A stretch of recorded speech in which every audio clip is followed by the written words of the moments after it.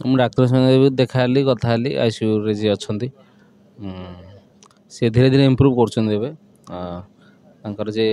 ମାଆଙ୍କ ସାଙ୍ଗରେ ବି ଦେଖା ହେଲି ସମସ୍ତଙ୍କ ସହିତ ଦେଖା ହେଲି କଥା ହେଲି ଇମ୍ପ୍ରୁଭ୍ କରୁଛନ୍ତି ଭଗବାନଙ୍କୁ ଆମେ ସମସ୍ତେ ପ୍ରାର୍ଥନା କରିବା ଦରକାର ଏଇଟା ତ ବହୁତ କ୍ରିଟିକାଲ୍ ଟାଇମ୍ ଆମ ସମସ୍ତଙ୍କ ପାଇଁ ତ ମୁଁ ବି ପ୍ରାର୍ଥନା କରୁଛି ଆମେ ସମସ୍ତେ ପ୍ରାର୍ଥନା କରିବା ହ୍ୟୁମାନ ଭାଇଙ୍କର ଦେହ ଜଲ୍ଦିରୁ ଜଲ୍ଦି ଭଲ ହେଇଯାଉ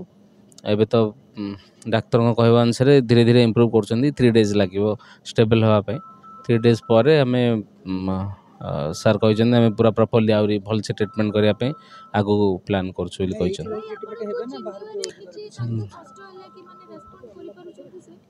ଏବେ ତ ସେ ଶୋଇପଡ଼ିଥିଲେ ତ ସେଥିପାଇଁ ଏବେ ଶୋଇଥିଲେ ମୁଁ ଗଲାବେଳେ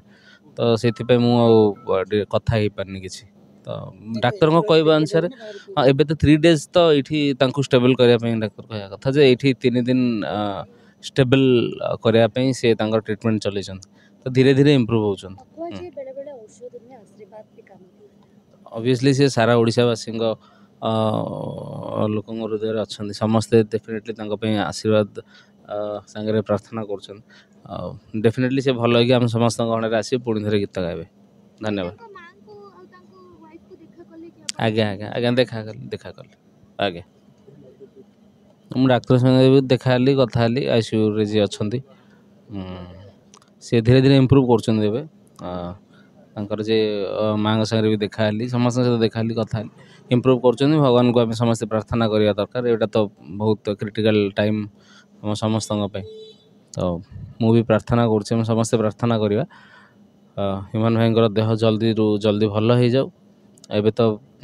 ଡାକ୍ତରଙ୍କ କହିବା ଅନୁସାରେ ଧୀରେ ଧୀରେ ଇମ୍ପ୍ରୁଭ୍ କରୁଛନ୍ତି 3 days ଲାଗିବ ଷ୍ଟେବଲ୍ ହେବା ପାଇଁ 3 days ପରେ ଆମେ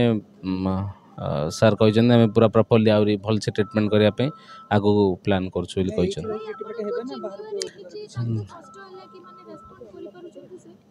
ଏବେ ତ ସେ ଶୋଇପଡ଼ିଥିଲେ ତ ସେଥିପାଇଁ